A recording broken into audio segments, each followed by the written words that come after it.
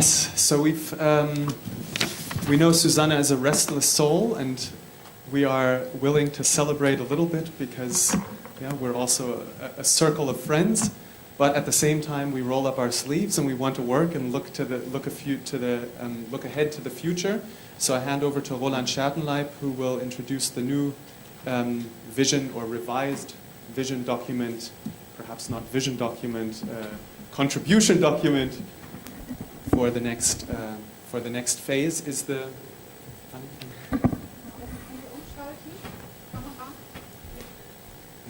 Yes, thanks very much, Thilo. Actually, a small group of people got together and decided to look forward, actually, together with the SuSanA Secretariat. And so a first draft of a new vision document was prepared, was then shared with the core group. Feedbacks came in, we integrated them, a revised version you have now in your hands, and I will walk through this together with Elisabeth Kornström. I think it's still a draft, but yesterday it was endorsed by the core group as a draft to be now made public so that the wider SuSanA community can give comments, and so that in Stockholm we will have a final document to be launched in Stockholm during the World Water Week. Just so as of the background to see about the process. So let's go look to the future. I hope the future will be as exciting as the last 10 years were, and I'm sure it will be. So let's start by, again, looking what are the main differences, actually, between the MDGs and the SDGs.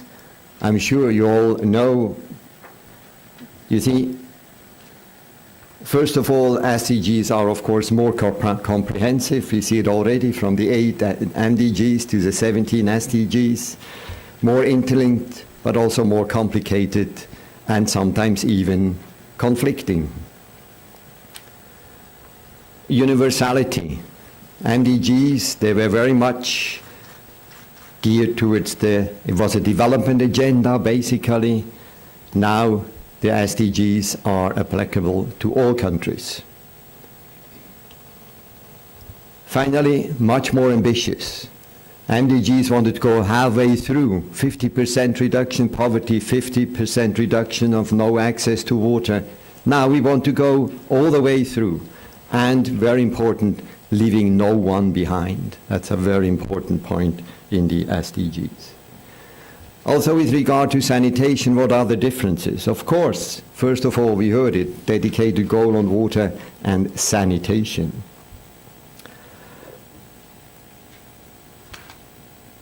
Secondly, the SDGs go beyond, finally go beyond access. It includes also hygiene. It includes the entire system and the service chain.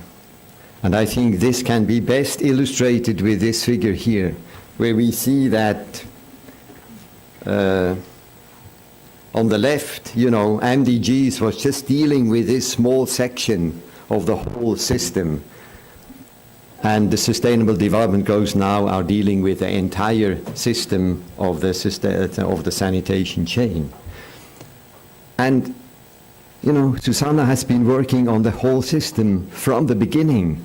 That's the point, and that's why I'm saying how we heard it this morning. That's why I will come back and say, finally, SDGs are catching up with SuSanA. And it's not the other way around. So the differences with regard to sanitation also, of course, wastewater management now is included. Protection of ecosystem is included, so environment is included. And of course also with regard to sanitation, much more ambitious. Try to get all the way through, having sanitation and hygiene for all, leaving no one behind. What does this mean for SuSanA? Well, first of all, good news. Like I said, SDGs are catching up with SuSanA. Great. But of course, the challenges are continuing. I think this morning we heard very nicely that for a long time, SuSanA had a lobbying role mainly to get sanitation higher up in the agenda. I think a lot changed in these 10 years, but a lot changed mainly in the head still. And I think it has to get down to the ground. And I think SuSanA should play more a facilitating role in the future. And of course, it's very well equipped with the, with the forum and with all these excellent platforms that we have. But also, I think we still have to highlight the need for a systems approach. This is really very important that and that we look at the entire service chain. There are, of course, new challenges too. Responding to the call to leave no one behind means we have to provide more focus on the hardest to reach and most vulnerable, easy to say, not easy to do, actually. So we have to work on that. How do we respond to universality? Shall we now deal also in highly developed country related sanitation? I think we will stay on the focus on low and middle income countries, but be aware of latest developments, ongoing developments in higher income countries, and use them as showcase alternatives to conventional wastewater systems.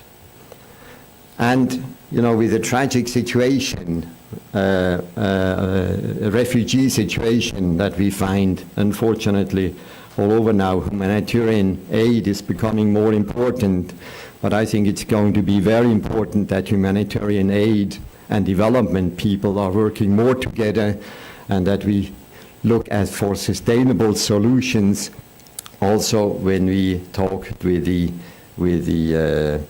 humanitarian people. I think it's a big challenge. And finally, also a new challenge is we have to look at the increased technical assistance needed in developing methodologies and designing monitoring structures, which has to be very much on the country level. So really big challenges, but we have great opportunities. We really have great opportunities thanks to the many linkages now between sanitation across all the SDGs. Of course, most obvious, the linkages to all the targets of SDG 6. This is obvious. I don't go into the detail now, but maybe even more important are the interlinkages to basically all of the SDGs. And if you look at it, sanitation is an enabling factor for most of the SDGs to achieve many of these 160 targets. And I don't go to the details now. We have been just highlighting some of these interlinkages. Another document has been produced actually, where we focus and elaborate on these interlinkages, just to show what are the possibilities to reach out and to work with other sectors. So these are really, I'm convinced, these are really big new opportunities for SuSanA. And with that, I would like to give over to Elizabeth.